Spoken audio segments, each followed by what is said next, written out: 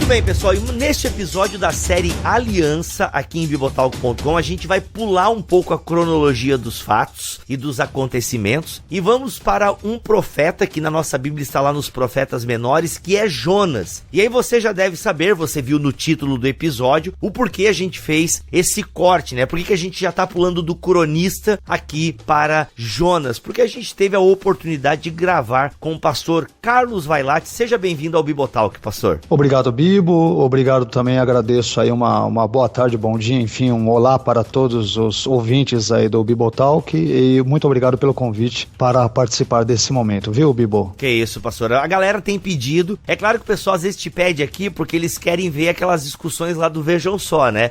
Ai. Pois é, rapaz. Aí o pastor Carlos, não, eu quero falar sobre Jonas. Vamos falar sobre Jonas. Pastor, você que manda, vamos falar sobre Jonas. Pastor Carlos, fale um pouquinho de quem é você, o que você faz. Tem muitas pessoas que já lhe conhecem, tanto que elas já pediram a sua presença aqui, mas outros ainda não lhe conhecem. Então, quem é pastor Carlos Vailate? Vamos lá, Bibo. Eu sou pastor de uma igreja independente que fica aqui na zona leste de São Paulo, né, que se chama Igreja Evangélica Jaboque. Tenho 45 anos de idade, nasci em 28 de fevereiro de 73 em São Caetano do Sul, ABC Paulista. Esse é um resumão aí, né? Você é formado em teologia por onde, pastor, ou é autodidata? Eu fiz minha graduação em teologia pelo seminário Instituto Betel de Ensino Superior. Estudei 4 anos, fiz minha validação pela Este aí do Rio Grande do Sul. Olha aí. É vizinho de vocês aí, né? É, sim. A minha formação é luterana também, só que na FLT, né? Então. Perfeito. Maravilha. Depois eu estudei mais 3 anos no Seminário Teológico Servo de Cristo aqui em São Paulo, teologia com ênfase em Novo Testamento. E por fim, eu estudei mais 5 anos na USP, onde eu fiz o meu doutorado em estudos judaicos com concentração em estudos da Bíblia hebraica. E minha tese, ela foi sobre Êxodo, capítulos 4 a 14 de Êxodo, onde eu fiz uma tradução de trechos desses itens e fiz uma análise exegética, antropológica, sociológica, filológica e assim por diante, né? Esse é um resumão. Eu quero gravar sobre isso aí. Muito bom, ó, vai ter que voltar aqui agora, hein, pastor? Oh, meu Deus, seria uma honra aí, viu? Podemos se marcar um outro momento com o maior prazer do mundo, viu? Ok, então vamos voltar, porque isso aí é muito legal. A gente já passou por Êxodo, mas com certeza no seu trabalho tem mais coisa aí que a gente pode cavocar. Até porque, como os nossos ouvintes já sabem, na série Aliança a gente dá um en passant, a gente dá um panorama do texto, meio que uma introdução para quem vai começar a ler o livro, né? Ou para quem tá dando estudo bíblico, para dar uma ambientada. Por falar em ambientada, pastor, a gente... eu esqueci de lhe perguntar, você já escreveu e lançou quantos livros? Olha, eu escrevi 4 livros e coescrevi um 5º, né? O meu primeiro livro foi Manual de Demonologia, que foi a minha dissertação de mestrado. O segundo foi Expiação Ilimitada, daquela série da coleção Arminianismo pela editora Reflexão. O terceiro foi a minha tese de doutorado, que foi publicada também pela Reflexão, que se chama As 10 Pragas e a Abertura do Mar. E o mais recente agora, fresquinho, eu publiquei em agosto, portanto, a coisa de um mês e pouco atrás, que é Jonas, Introdução, Tradução e Comentário, né? Além disso, houve uma coautoria com uma obra, salvo engano, o título foi Igreja Reformada, sempre sendo reformada, mas a partir de uma perspectiva do arminianismo clássico e wesleyano. Eu fiz em coautoria com outros irmãos queridos, Vinícius Couto, Marlon Marques, Tiago Titilo e alguns outros irmãos aí queridos, né? Também o Wellington, Mariano e assim por diante, né? Ou seja, a gente vai falar aqui de um livro que acabou de sair da barriga da baleia, tá fresquinho. É bem por aí mesmo, perfeito. Jarvis, já ouviu a história de Jonas? Eu não o consideraria um modelo. Pastor, a gente tem a história de Jonas colocada lá nos profetas menores aqui na divisão da nossa Bíblia. Acho que a primeira pergunta que eu poderia te fazer é por que Jonas está ali, né, nos profetas menores, né? Por que essa designação profetas menores? Não sei se caberia responder isso aqui, mas por que Jonas está ali dentro do nosso cânon? Bom, primeiramente, a designação profetas menores, ela é oriunda da tradição no contexto da igreja antiga, especialmente do período patrístico, e acredita-se ou acredita-se Agostinho, aquele que teria inventado a terminologia profeta menor. Com relação a Jonas especialmente, não devido à sua estatura hipoteticamente pequena, mas devido ao conteúdo de escrita que é menor, comparando-se com livros como Isaías, Jeremias, Ezequiel e outros, livros, grosso modo, mais ou menos do mesmo tamanho de Jonas, como Naum, Abacuque e outros que têm um conteúdo literário menor, foram, portanto, ao longo da história da igreja, classificados dessa forma como menores, né? Agora, quanto à questão da ordem que ocupa no cânon, se você pegar alguns cânons distintos, né, alguns textos da Bíblia hebraica distintos, Jonas ele poderá ocupar localizações também distintas, um pouco mais a posteriori, lá adiante, ou um pouco antes. Mas, ao longo do tempo, ele ficou sacramentado na posição que hoje se encontra, conforme verificamos, por exemplo, nas nossas Bíblias e também na Bíblia hebraica, ou seja, o Antigo Testamento padrão, que é a Bíblia hebraica Stuttgartense, que é a obra crítica padrão nos estudos do Antigo Testamento e que serve de padrão para a tradução no mundo inteiro, né? Entrando especificamente na história que Jonas está narrando, né? Ele é um profeta em Israel. Como é que a gente localiza dentro da cronologia da história de Israel, onde a gente encaixa Jonas, em que período que ele foi profeta? Como é que a gente localiza ele aí dentro da cronologia da história de Israel? Muito boa pergunta, Bibo. O que ocorre? O próprio livro de Jonas em si, ele não nos fornece uma ambientação histórica clara sobre, por exemplo, quem teria sido o seu autor ou em que período da história ele teria vivido. O que ocorre? Normalmente nós identificamos, entenda-se, eu, por exemplo, e eu diria que talvez isto envolveria uma perspectiva mais conservadora, normalmente entende-se que o Jonas do livro que leva o seu nome seja o mesmo personagem que aparece ali em 2 Reis, no capítulo 14, versículo 25. Jonas de Gath-Hefer, né? Então, se estes de fato são as mesmas personagens, o Jonas do livro de Jonas é o mesmo Jonas de 2 Reis 14, 25, e eu particularmente entendo que sejam, então nós podemos situá-lo no reinado de Jeroboão II, né? Um rei ali de Israel, que reina durante mais ou menos 786 a 746 a.C. Portanto, poderíamos situar Jonas no 8º século antes de Cristo, e ele seria contemporâneo de profetas como Oséias e Amós. Historicamente, de forma bem sintética, eu diria isso. Ou seja, então o reino de Israel já está dividido. Perfeito. Jarvis, já ouviu a história de Jonas? Eu não o consideraria um modelo. Quando a gente pensa em Jonas, por exemplo, é a história preferida da minha filha, né? Ela já sabe contar quase a história de Jonas. Que maravilha, ela tem bom gosto. Olha aí, né?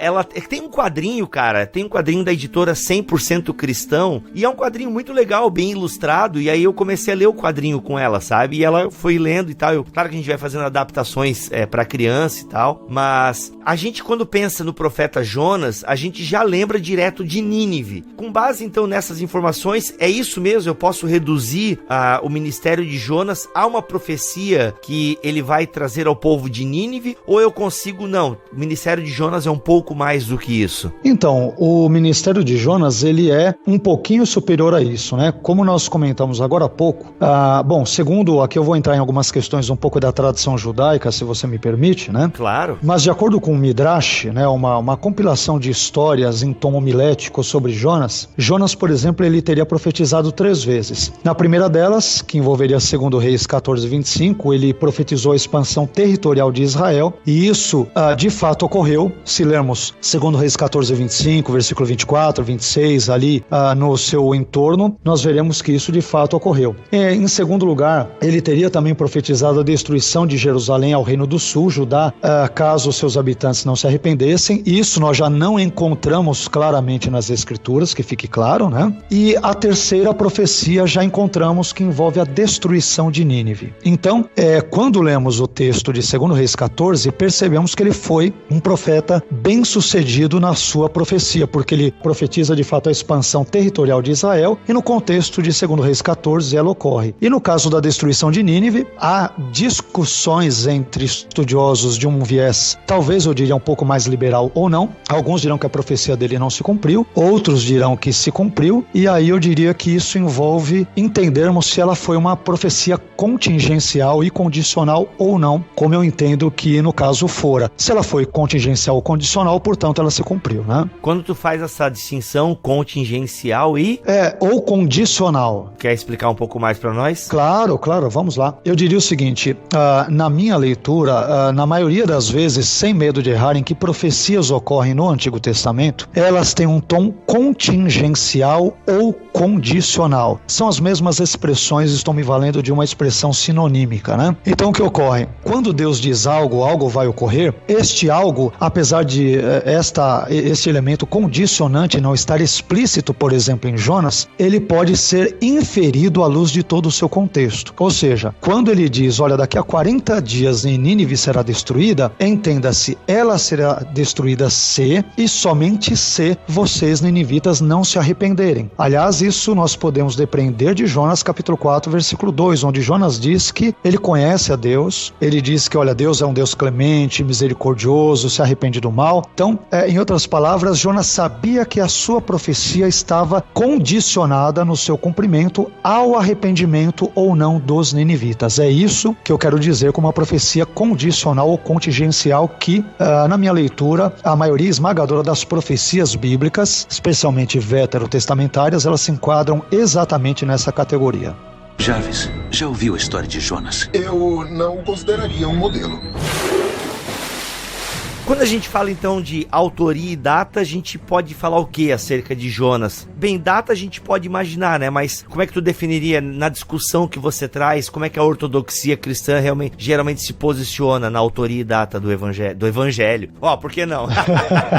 Calma, eu tô brincando. Não tem problema. É que eu tô estudando os evangelhos agora para dar o estudo bíblico na igreja à noite, eu tô só com o evangelho na cabeça, tá? Mas autoria e data de Jonas, então, como é que a gente consegue falar a partir do que é mais aceito pelos ortodoxos, né? Então, a autoria de Jonas é muito complicado nós imaginarmos agora a autoria, né? Porque, como eu disse, Jonas ele é um livro anônimo. Então, nós não temos como, de fato, saber quem teria escrito. Agora, quando nós vamos para um contexto mais da tradição, mais uma vez evocando aqui a tradição, então, a tradição judaica irá dizer que foram sábios da grande assembleia, num contexto judaico, e isto teria se dado entre 5º a 3º séculos antes de Cristo, que teriam escrito não apenas Jonas, mas os 12 profetas assim tradicionalmente denominados, né? Agora, eu diria que de uma forma tradicional, sendo conservador, nós poderíamos dizer que Jonas é uma obra anônima, sem medo de errar, porque é anônima mesmo. Todavia, existem alguns estudiosos, como Gleason Archer, por exemplo, na sua obra Merece Confiança no Antigo Testamento, que ele advogará Jonas como o próprio autor do livro que leva o seu nome. E aí ele vai usar como argumentos, ele vai dizer, olha, vários outros autores, num contexto especialmente romano, clássico, antigo, eles se referem a si mesmos na terceira pessoa. Então isso, portanto, deve ter ocorrido também no livro de Jonas. Eu entendo que esta seja uma possibilidade, mas, a meu ver, na verdade, é mais uma forçação de barra. Poderia haver isso em Jonas, mas, para sermos honestos com os dados escriturísticos, Jonas é uma obra anônima, cuja tradição judaica atribui aos sábios da grande sinagoga entre o 5º e 3º séculos antes de Cristo, como eu mencionei, e outros autores dirão que é o próprio Jonas escrevendo, portanto, uma espécie de autobiografia. Podemos até imaginar que isto seja verdade, mas não temos como corroborar literariamente, escrituristicamente, esse tipo de informação. Ou seja, mas ele não teve dificuldades para entrar no cânon, né, do Antigo Testamento, né? Pelo que eu lembro da formação do cânon, foi um livro tranquilo, assim, né? Tranquilo, não teve nenhum problema. Quanto à sua entrada no cânon, nós tivemos apenas alguns dos chamados antilegômena, quando estudamos o Antigo Testamento, né? E estes livros seriam, na verdade, Provérbios, Eclesiastes, Cantares, Ezequiel e Esther, que entrariam nessa categoria, estes 5 livros. Jonas, portanto, não teve nenhum tipo de problema nesse aspecto. Ele é o que a gente chama de prolegômena. É isso? Prolegômenos? Não. Na verdade, ele é o homologômena. Isso, o prolegômenos é a introdução à teologia. Prolegômenos está, na verdade, no meu livro de Jonas, que também é uma forma de você se referir a elementos introdutórios essenciais para entender uma obra. Isso está em Jonas aqui no meu livro, né? Olha aí. Então vamos lá. Vamos para essas questões. Vamos para os... Calma aí. Agora eu tô com os legômenos. Estou com os legumes na cabeça. Calma aí. Vamos lá.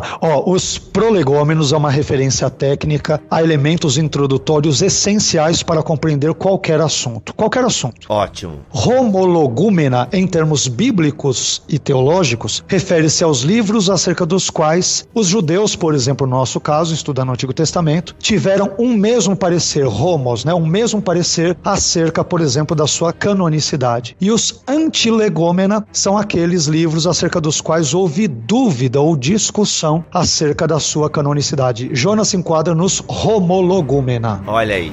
Viu, pessoal? Entenderam a salada aí, né?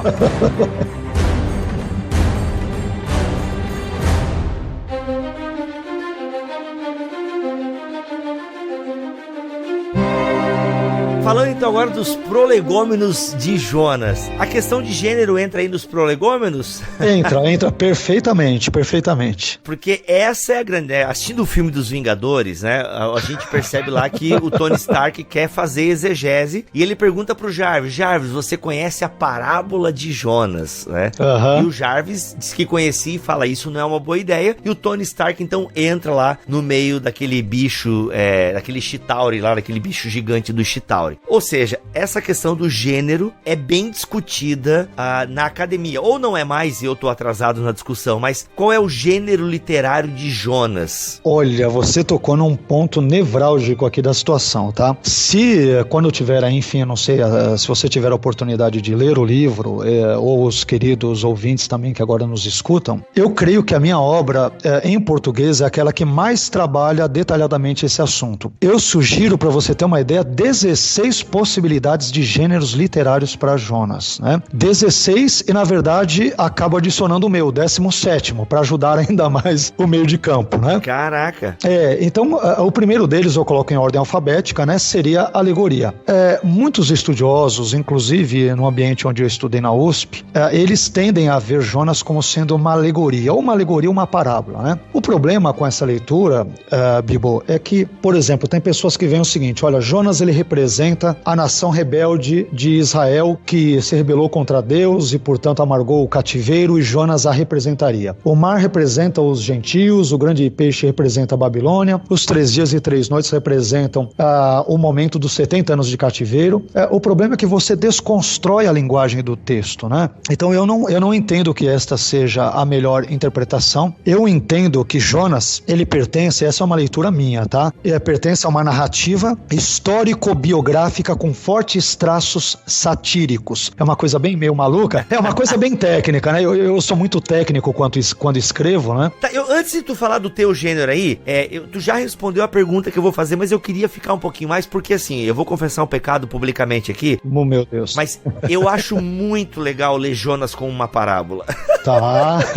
Assim, não porque eu não acredite que alguém possa ter ficado, né, no ventre de um peixe grande, até porque tem histórias que já aconteceram nesse sentido de homens que saíram mesmo do ventre de baleias e tal. Correto. Ou porque, uma nação inteira se converteu e talvez a gente não tenha registro histórico dessa conversão em massa de todo um povo e tal. Então, assim, que são pontos que eu diria que tem um pouco de dificuldade com isso, mas ler ele com uma parábola também eu não vejo como problema em última análise, por mais que Jesus cite Jonas e tal. Então eu queria que tu primeiro desmontasse, né, porque tu não acredita e não defende essa possibilidade. Então eu queria que tu falasse um pouquinho mais, pra quem sabe eu me converta e tal, e pode fazer o apelo no final que a gente tá aqui. Vamos lá, bom, não tenho nenhuma pretensão de convertê-lo quanto a isso, né, mas vamos lá. Com relação à parábola, depende da definição que dermos à parábola. A parábola no livro eu o defino como um conto que ele representa a vida real e ele incorpora uma certa verdade moral ou espiritual. O problema quando nós analisamos Jonas como uma parábola é que normalmente parábola entende-se como algo possivelmente desprovido de historicidade. Você está entendendo? Então, por exemplo, Jonas, olha, se Jonas existiu mesmo ou não, o peixe existiu ou não, se ele esteve em Nínive ou não, enfim, a história dele, os 4 capítulos dele encerram lições importantes para a nossa vida. Que Jonas tem esse aspecto, essa pegada didática, vamos dizer, eu não tenho nenhum tipo de problema em entender. A minha preocupação é que quando você classifica Jonas com determinados, né, gêneros literários, isto pode soar como se a obra fosse uma mera ficção e que, portanto, ela seja desprovida de total historicidade. Essa é a minha preocupação. Então eu entendo que Jonas é um personagem histórico, o peixe existiu, Nínive existiu, os ninivitas se converteram em massa sim, quer dizer, eu creio exatamente tal como o texto me diz e não vejo nenhum tipo de motivo técnico, linguístico, histórico, qualquer que o valha, que venha me demover dessa perspectiva. Então, quando eu falo de parábola, a minha preocupação é se a parábola pender para esse elemento, por exemplo, da ficção ou da não historicidade. Se for este o sentido, então eu rejeito veementemente. Agora, se não for, então não tenho nenhum tipo de problema, né? E eu acho que é possível fazer essa leitura, né? Que Jonas meio que tipifica o povo de Israel. Perfeito. Aí na verdade, seria mais uma alegoria, né? Seria uma alegoria, mas, de novo, mas há uma linha muito tênue entre o que é a alegoria e a parábola. Depois, se você tiver a oportunidade de ler o livro, você verificará que eu estabeleço bem os detalhes, os nortes. Em alguns momentos, há uma sobreposição de um gênero possível sobre o outro. Isso é complicado mesmo. Então é complexo, não é só o irmão que faz às vezes essa mistura. Os próprios estudiosos de gabarito também fazem. Então fique tranquilo porque é normal, tá? Não tô sozinho. Não tá sozinho. Aliás, hoje uma das tendências, né? Ao ler o livro de Jonas, as pessoas o classificam ou como uma alegoria ou como uma parábola. Então essas estão entre as principais características. Eu já te expliquei basicamente por que descarto ambas, né? Porque de acordo com a maneira como defini-las, elas podem apontar para uma ideia não histórica do livro. E aí é algo que eu, na verdade, rejeitaria. Simplesmente por esse motivo, tá? Jarvis, já ouviu a história de Jonas? Eu não o consideraria um modelo. Tá, e por que é tão importante a historicidade, pastor, nesse caso do livro de Jonas? Olha, ótima pergunta. Ela é importante porque, veja bem, o texto diz que Deus ele envia um profeta dele, um profeta hebreu, israelita, para profetizar a uma nação assíria. Aliás, esse é o único contexto em toda a Bíblia, em todo o Antigo Testamento, onde vemos um profeta sair da sua pátria, ir para outra nação e profetizar uma mensagem, inclusive, de juízo contra eles, né? Esse elemento histórico, para mim, é muito importante, porque mostra um Deus que, diferentemente do deísmo, né, como aquele Deus que é um relojoeiro, que deu corda no relógio chamado mundo e entregou o mundo à própria sorte, o Deus da Bíblia, ele intervém na história, né? É o Deus da providência, ele age, ele é o Deus não apenas de Israel, embora tenha estabelecido uma aliança, um pacto específicos com Israel, ele é o Deus de toda a terra e, como tal, ele arroga a si o direito de entrar em juízo quando estas nações adquirem ou cometem aquilo que eu chamo de um grau tal de intolerabilidade, ou seja, os seus pecados adquirem um tom tal de intolerabilidade, quando Deus diz, olha, chegou o momento de intervir, e é isso, a meu ver, que ocorre em Jonas de forma incipiente. Não se cumpre em Jonas, graças a Deus, vamos dizer, mas infelizmente depois se cumprirá em Naum, porque os ninivitas, se não a mesma geração, uma outra, acabam voltando para os mesmos pecados dos seus antepassados. Então daí a importância de citar a historicidade de Jonas, mesmo porque esse livro também é citado por Jesus no Novo Testamento, né? Talvez você tivesse isso em mente, estudando os evangelhos também tudo, né? Mas Jesus, ele cita Jonas e o confinamento de 3 dias e 3 noites no ventre do grande peixe em Jonas como algo que aponta para o seu próprio estado de morte, os 2, 3 dias ali aproximados, né? Eu digo porque provavelmente Jesus no Novo Testamento ele não ficou 3 dias e 3 noites ali na terra, ele ficou menos, né? Mas há uma sinédoque, uma linguagem, né? Uma figura de linguagem, onde parte do dia é tomado pelo todo e tudo, mas para todos os efeitos Jesus ficou os 3 dias. Então Jesus toma o relato de Jonas e do grande peixe, portanto a sua história, como algo histórico e portanto deshistoricizar o relato de Jonas é tanto comprometer a intervenção divina, o caráter divino, as ações divinas no contexto veterotestamentário, quanto colocar em dúvida a própria pessoa de Jesus, sua obra, sua característica, sua divindade e assim por diante. Por isso que eu diria que isso é perigoso. Pastor, então a gente já descartou essas hipóteses aqui. Qual é o gênero literário então? Você já falou ali alguns minutos atrás, mas eu te interrompi. Então como é que você classifica Jonas?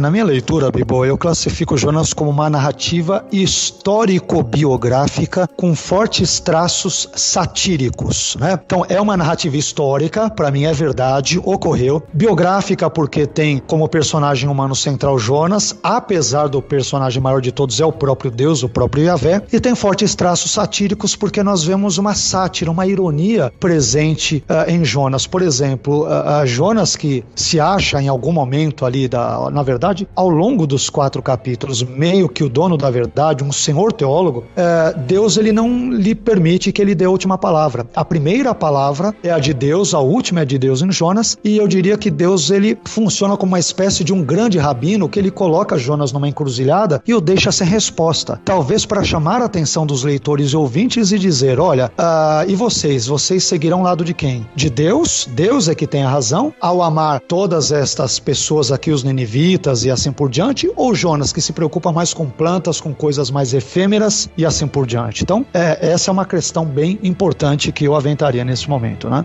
Jarvis, já ouviu a história de Jonas? Eu não o consideraria um modelo.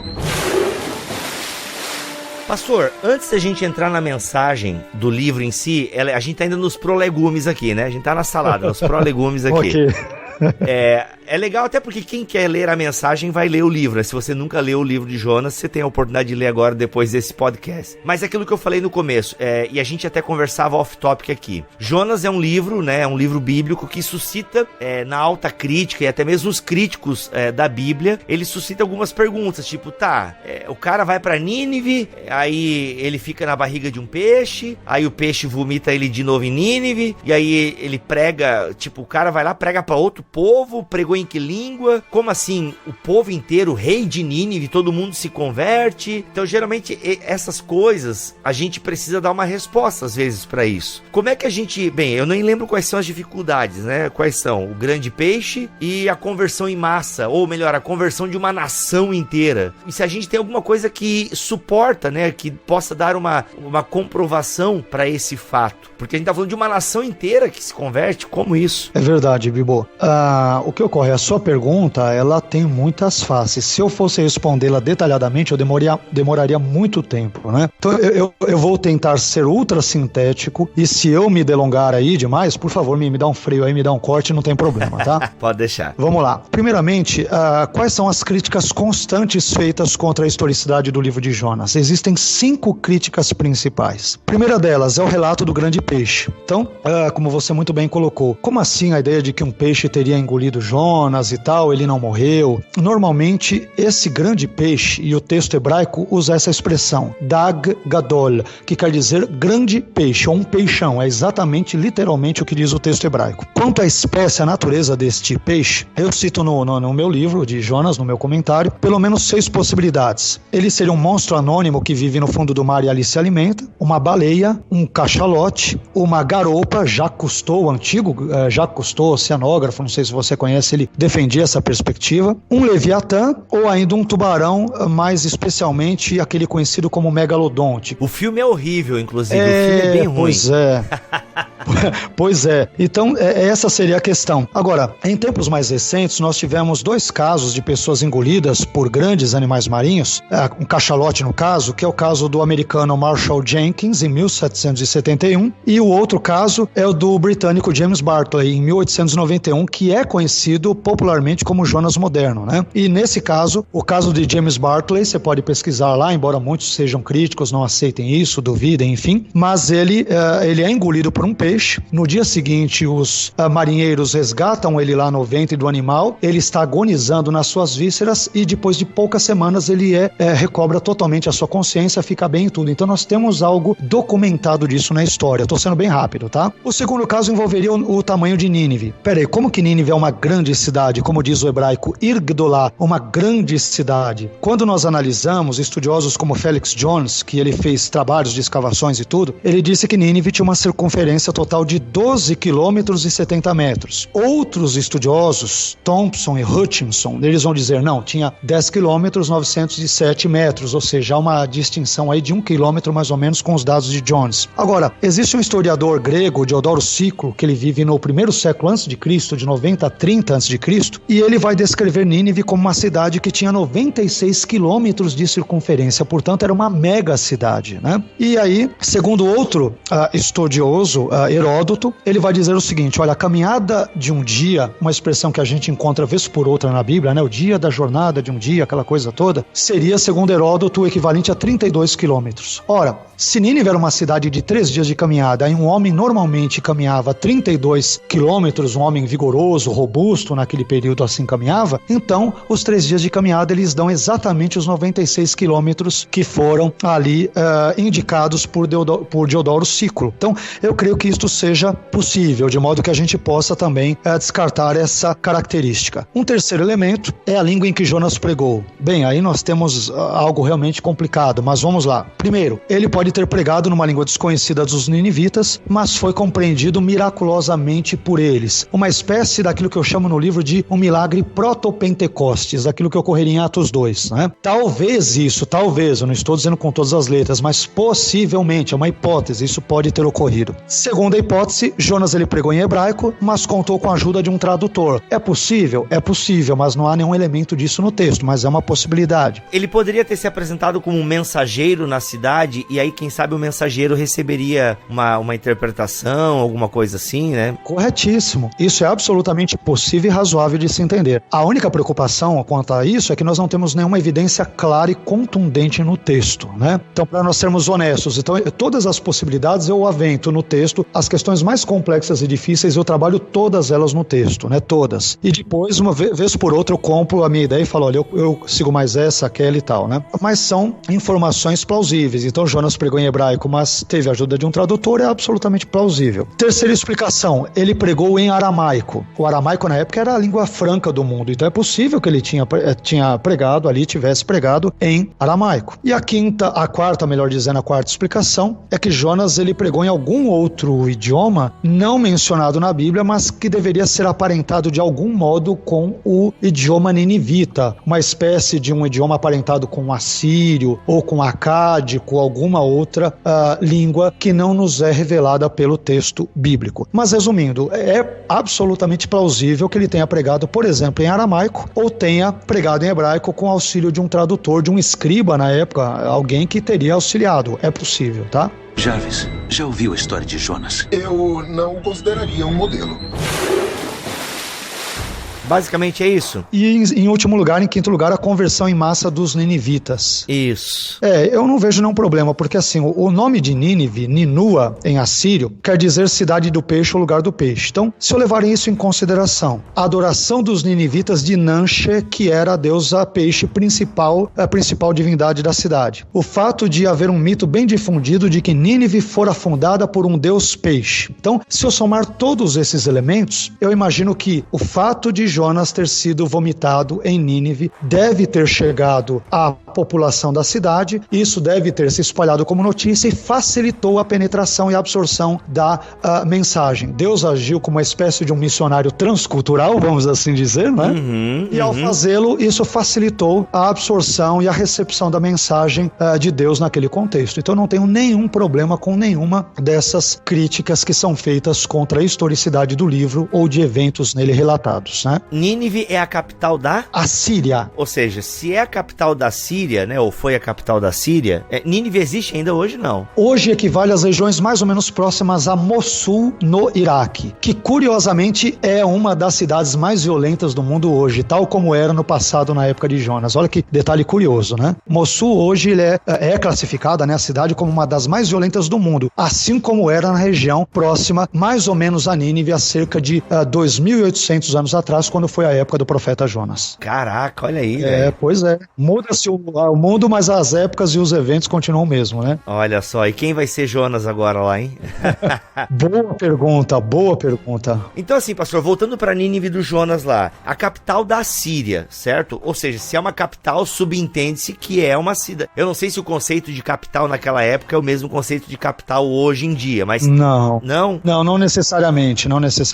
Daí isso não seria registrado no livro da realeza, sabe? Nesse sentido assim, cara, uma conversão em massa, ou foi uma conversão ao Deus deles? Não, né? Não foi, porque senão Deus tinha descido lá. Sei lá, entendeu? Eu fico pensando assim, tipo, como um evento dessa natureza não tenha tido nenhum registro, além do registro de Jonas. Ótima pergunta, né? Bom, nós temos que lembrar o seguinte, que os povos antigos, de uma forma geral, por exemplo, os egípcios, eu vou citar os egípcios como exemplo e que tem a ver também com a minha tese de doutorado nesse caso, né? No caso dos egípcios, eles tinham uma visão bem propagandista. O que isso quer dizer? Quando eles falavam sobre questões de domínio, derrotas e assim por diante, normalmente eles não falavam sobre as próprias derrotas, eles só falavam sobre as derrotas impostas sobre os outros povos, os inimigos. Então, há de se esperar que Jonas, ou há de se pensar que Jonas ele tenha, nesse caso, no contexto ali do livro, algo mais ou menos semelhante tenha ocorrido, ou seja, os ninivitas ou os assírios não registraram isso, porque isso poderia ser uma vergonha para eles naquele passado ou por quaisquer outros motivos que não nos tenham sido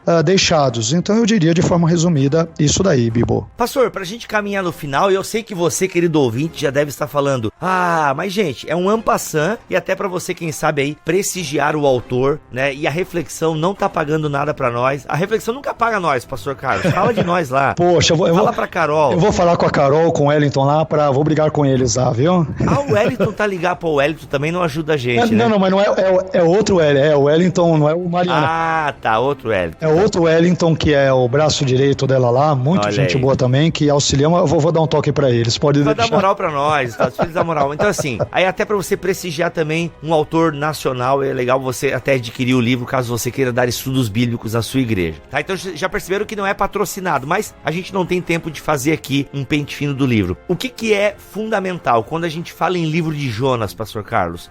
O que a gente tem que ter na nossa cabeça? A mensagem do livro, ou, olha, quando a gente falar em profeta Jonas, é importante que antes de vir essas críticas e tentar solucionar essas críticas, que são coisas importantes, e a gente gastou a maior parte do programa nelas, então para vocês verem que é importante, mas existe algo que deve transcender isso, que é a mensagem, ou não sei se é a mensagem, o que na tua opinião a gente deve ter em mente quando a gente falar do profeta Jonas? Eu diria o seguinte, quando nós analisamos Jonas, aliás, uma brevíssima, rápida leitura do livro nos mostrará um dos elementos, um dos assuntos principais, um dos temas principais do livro, que é a soberania de Deus. Deus, ele é soberano sobre peixe, sobre mar, sobre vento, sobre os povos, nós não temos a menor dúvida quanto a isso. E, além de ser soberano, ele é um Deus compassivo. Então, eu diria que um dos maiores temas de Jonas, juntamente com o tema da soberania divina que perpassa cada uma das suas páginas, é o fato de o livro sublinhar o amor compassivo de Deus pela humanidade, o que envolve, inclusive, povos que estavam classificados entre os mais violentos e terríveis do mundo antigo, então, que eram os assírios. Então, o amor de Deus, embora Deus ele ame especialmente, particularmente Israel, estabeleça um pacto com os israelitas, todavia, o amor dele, na minha leitura, se estende a todas as nações, a toda a terra. E isto não exclui os terríveis ninivitas. Deus os ama, deseja que eles se convertam, e esta é a mensagem do evangelho que podemos encontrar também de forma miniaturizada nos 4 curtos capítulos do livro de Jonas. Eu diria resumidamente isso daí.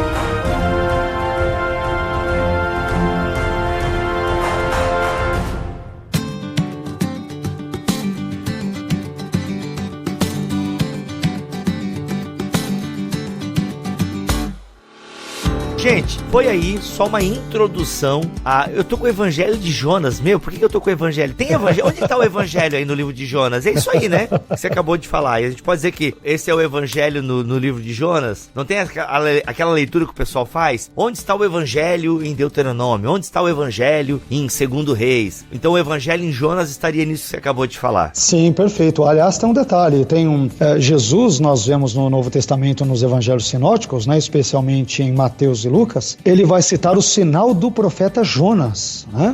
Então, olha lá, o que você falou tem tudo a ver. O sinal do profeta Jonas, eu não vou me delongar demais, mas eu dou 10 hipóteses sobre o que seria o sinal de Jonas. Então, no meu livro você encontrará tudo isso. Mas esse sinal se resumiria a 2. A mensagem de Jonas e ao livramento de Jonas do interior do peixe. Eu termino essa parte dizendo que, assim como o peixe ele vomitou a Jonas em terra firme, a morte ela também devolveu o Filho de Deus, Jesus, porque, conforme Atos 2:24 diz, não era possível que ele fosse retirado, ou fosse retido, melhor dizendo, por ela, né? A morte não conseguiu reter Jesus, tal como ocorrera com Jonas no contexto veterotestamentário. Este, a meu ver, seria o sinal do profeta Jonas, entre outras hipóteses elencadas no meu livro. É isso, pastor. Obrigado pela tua atenção aqui, né? Pelo teu tempo. Eu que agradeço, Bibo. Obrigado. Que, gente, é um tempo bem corrido e deu tudo certo aqui com as tecnologias, né? Estamos gravando aqui, deu tudo certo, graças a Deus por isso. Pastor, então a sua palavra final para os nossos ouvintes, inclusive pode nos despedir com uma bênção, que a gente sempre tem esse hábito aqui no BTcast. Ok, Bibo, eu quero agradecer a você pela gentileza do convite. Já havíamos tentado agendar isso meses atrás, mas não deu certo, me perdoe, né? A sua agenda tem estado corrida, a minha. Eu espero que esses breves minutos de conversa tenham sido abençoadores para a vida dos ouvintes, bem como para a sua própria vida. E quero dizer que é uma alegria, né, poder participar aqui do Bibotalk, que Deus abençoe a sua vida, ao seu ministério, longa vida ao Bibotalk, que várias outras entrevistas semelhantes a esta venham ao ar, que as pessoas possam ser abençoadas por ela, né? Então eu quero me despedir desejando que Deus abençoe a vida, a família, o ministério, o trabalho, as aspirações de cada um dos ouvintes desse seu abençoado programa. Que Deus abençoe a sua vida, tudo aquilo que você tem, que você é, e não se esqueça que o Deus de Jonas é o seu Deus. Ele é um Deus soberano, um Deus amoroso e que tem compaixão inclusive por aquelas pessoas que nós odiamos, os assírios. Talvez o assírio hoje possa ser um vizinho nosso, um patrão, um amigo ou suposto amigo, que nós não gostaríamos de ver ele pintado de ouro ao nosso lado. Saiba que essa pessoa, que muitas vezes nós podemos odiar ou detestar, são pessoas absolutamente amadas por Deus e pessoas por quem Deus enviou seu Filho para morrer na cruz por elas. Deus ama a todos, isso inclui os assírios, isso inclui a cada um de vocês, ouvintes do Bibotalk, nesse momento. Deus abençoe a todos, muito obrigado. Amém.